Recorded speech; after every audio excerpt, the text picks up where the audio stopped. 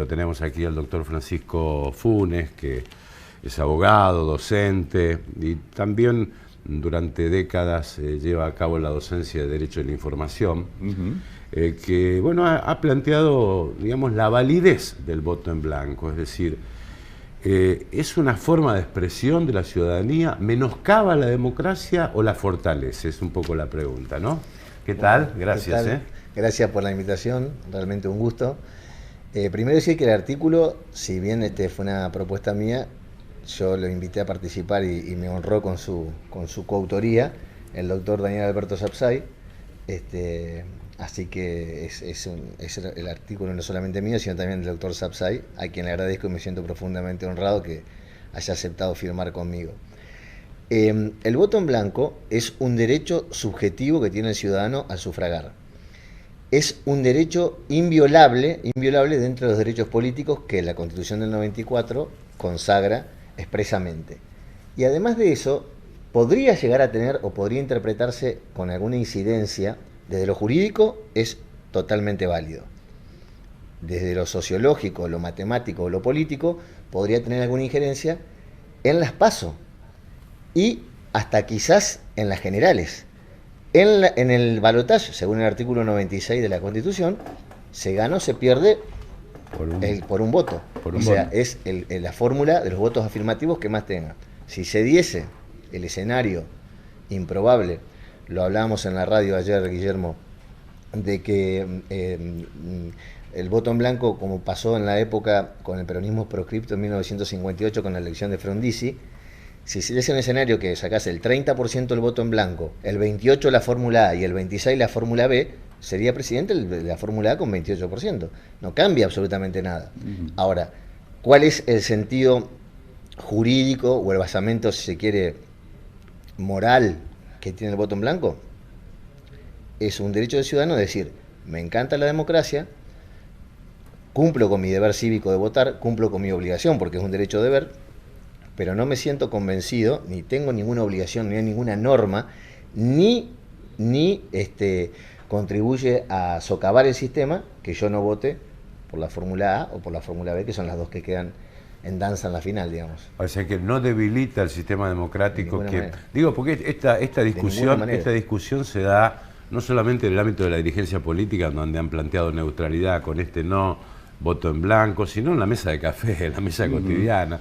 Alguien que no sabe a quién votar en esta elección, ¿debilita o fortalece en el sentido de un llamado de atención a la dirigencia política? Yo creo que, digamos, tampoco es, quiero aclararlo a esto, la postura que tenemos con el doctor Sapsay. Nuestro artículo pretendió ser, aunque parece muchas veces hay que aclarar lo básico, pero simplemente aclarar que no lo debilite, que es un derecho cívico total del ciudadano. La idea que teníamos era decir, no la debilita. Podría leerse como un llamado de atención diciendo, guarda, la sociedad viene y vota y fortalece la democracia votando y cumpliendo su derecho de deber. Ahora, guarda, tenemos pocos votos, o para todo lo que es el padrón tenemos pocos votos, y entonces estamos poco legitimados, que ahí ya entramos en el terreno político, sociológico, no entramos en el terreno jurídico. El voto en blanco es una expresión política. Tiene, quizás técnicamente y jurídicamente, no tenga la contundencia del voto afirmativamente válido. Claro. Pero es una expresión política de disgusto, de no estar conforme, como bien dicen ustedes, ¿no? Es decir, cumplo con mi derecho de ver. Desencantado de las ofertas. Exactamente. Desencantado de las ofertas. Ahora, te voy a hacer la pregunta de otra manera. Un voto en blanco numeroso, ¿no le quita legitimidad al gobernante en el futuro gobierno? Vos pusiste el ejemplo de Frondizi. Bueno, Frondizi lo volteó un golpe absolutamente, a ver, ¿cómo te puedo decir? Absurdo.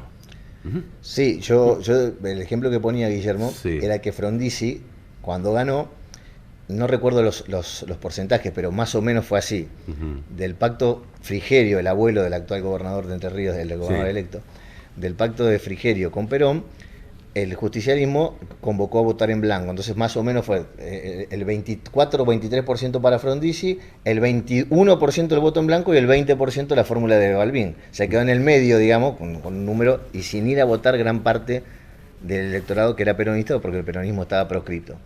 Ahí quiero hacer una aclaración. Guarda que también el voto en blanco se conjuga en el enojo porque no hay sanción para el derecho de no ir a votar.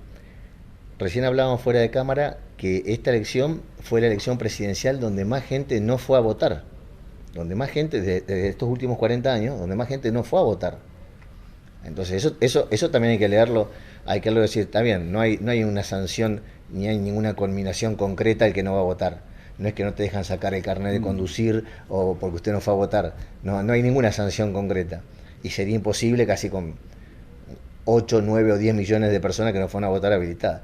Entonces, bueno, yo pienso que ahí está un poco el desencanto, yo diría no con la democracia, el desencanto con la oferta. El desencanto con la oferta, que es un deber, nadie está obligado a votar lo que no quiere votar. Ahora el voto es obligatorio. Por supuesto, por eso hay que ir a votar. Hay que ir a votar. Ahora el voto hay que ir a votar. Obligatorio. Cada cual, hay 3 opciones sensatas, o racionales. Viste que hablábamos con el voto es emocional muchas veces, pero también debe ser racional. Está la opción votar por el candidato A en el balotaje cuando quedan 2 nomás, por el candidato B o en blanco. Algunos también agregan como forma de libertad de expresión y como descontento poner el ratón Mickey o poner las 2 boletas, entonces con lo cual se impugna y se pone nulo. Entonces si usted suma los votos en blanco con los votos nulos, con la gente que no fue a votar, hay como un país que está desencantado realmente de la oferta. Saliendo y si se me permite la licencia, ¿no?, de la obligatoriedad del voto y la legitimidad o deslegitimidad de aquellos en donde el voto en blanco se transforma en una porción sustanciosa a la hora de definir una elección, ¿cómo podría interpretarse en los regímenes en donde, o en los sistemas en donde el voto no es obligatorio y donde va muy poca gente a votar y decide muy poca gente el destino de un país porque, bueno, no es obligatorio? ¿Alguien plantea la ilegitimidad o la poca legitimidad que tiene quien resulta electo porque hubo un montón de ciudadanos que no votaron? No, porque el voto justamente no es obligatorio. Y ahí me das pie a una respuesta muy interesante, que es un planteo que yo hago, que es el balotaje a la Argentina. Primero, que Argentina tiene una historia con el balotaje que es muy especial. La enmienda Lanús en el 72 lo incorporó con el 50% más un voto de los votos obligatorios, como la fórmula Cámpora Solano Lima sacó el 49,6 y pico, Balbín, que había sacado el 24, dijo no gastemos ni tiempo, o sea, con mucha sensatez y mucha razonabilidad, no se hizo el balotaje. En el 2003, cuando por una vigencia temporánea, no hubo internas en los partidos, por una vigencia temporal, entonces el peronismo presentó 3 fórmulas en el 2003. Y salió primera una de las fórmulas del peronismo y segundo otra de las fórmulas del peronismo. Pero no se presentó la que salió primera, con lo cual tampoco se hizo de balotaje. Recién se practicó realmente con Macri y Scioli, en donde creo que los números fueron muy ajustados, 51,5, 48,5, o sea, números muy ajustados, y bueno, pero fue consagrado. ¿Por qué me das pie? Yo te decía que vos me das pie. El balotaje de Argentina es muy especial, porque ese 40% de los votos válidamente emitidos del artículo 97 de la Constitución y el 45% de los votos válidamente emitidos más un voto, de alguna manera vos ya partís de una falta de legitimación matemática. Ya partís, o sea, el verdadero balotaje es el 50% más uno y algunos dicen el 50% más uno del total del padrón, con lo cual es más alto todavía, no es 55-60%. ¿Eso qué obliga el verdadero balotaje? Y obliga el consenso. Entonces, como ninguna fórmula llega, ya no digamos al 40%, que a lo mejor algún partido tradicional podría estar orillando el 40%, pero como ninguna fórmula llega al 45% y mucho menos al 50%, te obliga el consenso, que es en definitiva el sustrato de la democracia. Bueno, yo tuve la oportunidad de cubrir varias elecciones en Estados Unidos, 5 elecciones, y se da un fenómeno también interesante, es decir, cuanto mayor interés hay en los candidatos, mayor es el nivel de votación, primero. Y segundo, existe la interpretación de que si yo no voy a votar, estoy delegando mi voluntad en el que va a votar. Entonces es una cuestión de interés política. Acá está pasando algo extraño en la Argentina, ¿no? Es decir, gente que te dice, yo no quiero ninguna de las dos opciones.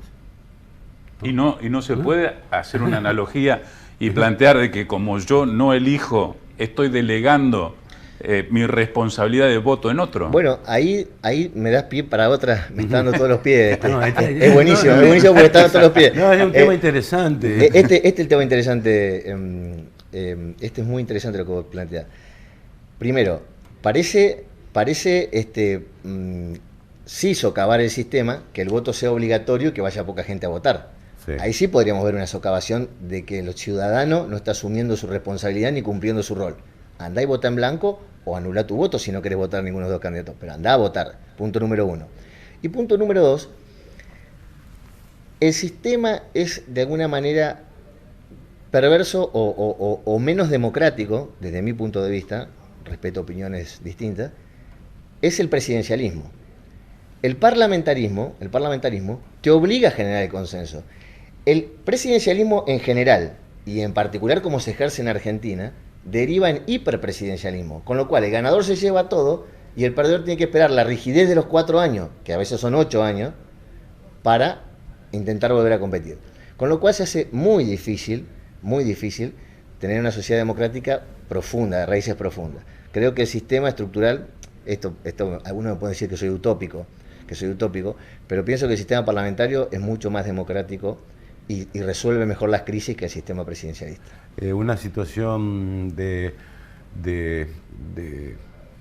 casi empate o muy holgada diferencia entre uno y otro candidato, ¿crees que obliga a un consenso en el Congreso Nacional cuando uno de los candidatos tiene minorías y otros no? Totalmente, y te diría, no solamente que me parece que obliga al consenso, sino que también te diría que yo celebré mucho, como estudioso de estas cuestiones y que nos gustan este tipo de cosas, cuando hubo alternancia en el poder y Macri pudo terminar su mandato y contó con el aval de muchos legisladores justicialistas en el Senado y en el Congreso, sobre todo los 2 primeros años de su mandato, para las leyes o para las políticas que el Ejecutivo impulsaba. Eso fue un gran paso desde mi punto de vista de madurez democrática, que apoyaran los legisladores de la oposición y que terminara el mandato que mandaba la Constitución, un presidente que no fuera justicialista y que lograra entregar la banda a otro presidente. Francisco, gracias. Gracias, Francisco. El agradecido soy yo.